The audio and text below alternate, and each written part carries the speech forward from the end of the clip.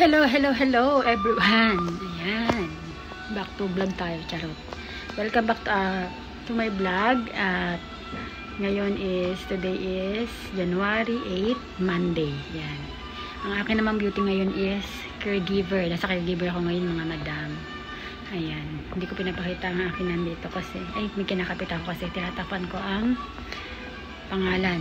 Kasi hindi daw pwedeng i-vlog. Ayan.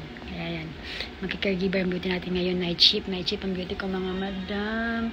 So, ganyan ang beauty natin dito sa Japan. Maraming racket lang ng racket. Habang malakas tayo. Ayan. Salamat sa Diyos. Thank God sa blessing sa sa malakas sa pangangatawan. Ayan. Mga madam. Waiting lang ako sa akin time. Ang ko ngayon is 5 o'clock, 5 p.m. Pero mga 3 minutes before papasok na ako sa loob. Ayan. Anuhin ko lang tong vlog na to na 3 minutes. So, mag-start na ako sa aking pag-racket. Charot. Sa aking obligasyon bilang caregiver. Ayan.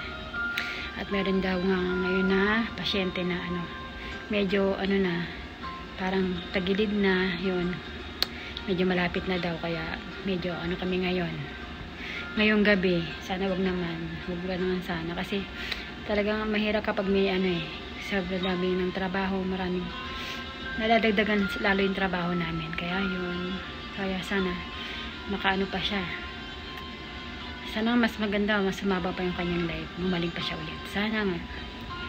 Kayon, medyo may kaba ngayon.